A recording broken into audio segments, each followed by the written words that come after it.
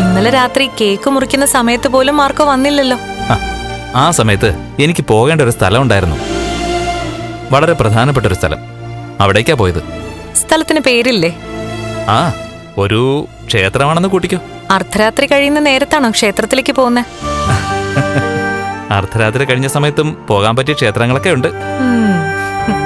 ഓർമ്മയുണ്ടല്ലോ, അങ്ങനെ ഒരു സ്ഥലത്ത് നിന്ന ഗുണ്ടകളിൽ നിന്ന് ഒരിക്കലും ഞാൻ മഹാലക്ഷ്മിയെ രക്ഷിച്ചത്. അന്നാണ് നമ്മൾ ആദ്യമായിട്ട് കണ്ടത്. ആഹാ, അത് ശരി. ആ അമ്പലത്തിലേക്കാണോ പോയത്?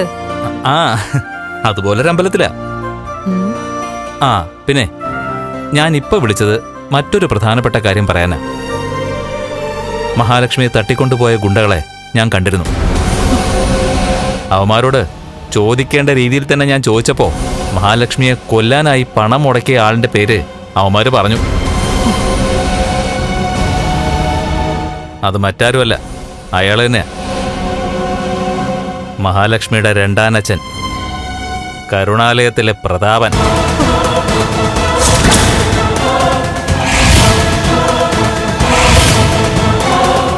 വീട്ടിൽ കയറി തല്ലേണ്ടതാ, പിന്നെ ഫോൺ വിളിച്ച് ഒന്ന് ഭീഷണിപ്പെടുത്തിയിട്ടുണ്ട്. മകളുടെ കുഞ്ഞു പോയതിന് പ്രതികാരം ചെയ്യാൻ നടക്കുക അയാള്. അതുകൊണ്ട് ആ വീട്ടിലേക്ക് അധികം പോവാത്തതാ നല്ലത്.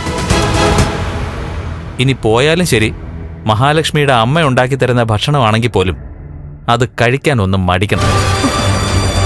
വേറൊന്നും കൊണ്ടല്ല, അമ്മ നല്ല ഭക്ഷണം ഉണ്ടാക്കി തരും. പക്ഷേ അതിനകത്ത് വിഷം കലർത്താൻ അവിടെ ആളുണ്ട്. ആ, അപ്പോ കഞ്ഞൂടി നടക്കട്ടെ. സാറിന് ഞാൻ അന്വേഷിച്ചിട്ട് പറയണം കേട്ടോ. ശരി മാർക്കോ. ആ, ശരി.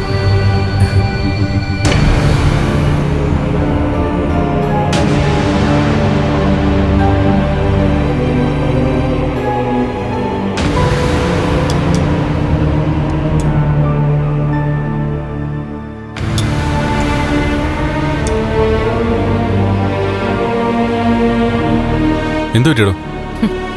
എന്നെ കൊല്ലാനായി ആളെ വിട്ടതേ അയാളാ, കരുണയുടെ അച്ഛൻ.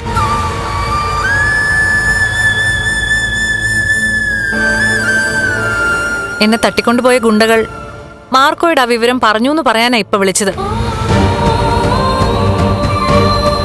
എന്തൊക്കെ അനുഭവങ്ങൾ ഉണ്ടായാലും ഇവരൊന്നും പഠിക്കുന്നില്ലല്ലോ മഹി. പഠിക്കുന്നില്ല, പക്ഷേ അങ്ങേരെ നാളെ രാവിലെ പോയി എനിക്കൊന്ന് കാണണം. എന്തിനാ ഇനി അങ്ങോട്ട് പോകുന്നത്? പോണം. അയാൾ ഈ കളി അവസാനിപ്പിച്ചില്ലെങ്കിൽ അതയാളുടെ അവസാനത്തെ കളിയായിരിക്കും പറയണോ എനിക്ക്?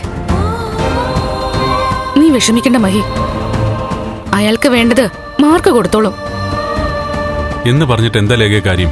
ഇപ്പൊ ദൈവം കൊടുത്തു അയാളുടെ മകൾക്ക്. ആ കുഞ്ഞു പോയത് അവളെ പോലെ തന്നെ വേദനയാ അയാൾക്കും അയാളുടെ അമ്മയ്ക്കും. എന്നിട്ടും അത് സ്വന്തം പ്രവൃത്തിയുടെ ഫലമാണെന്ന് മനസ്സിലാക്കാനുള്ള സാമാന്യ ബുദ്ധി പോലും ഇല്ല അയാൾക്ക്. പിന്നെ പറഞ്ഞിട്ടെന്താ കാര്യം?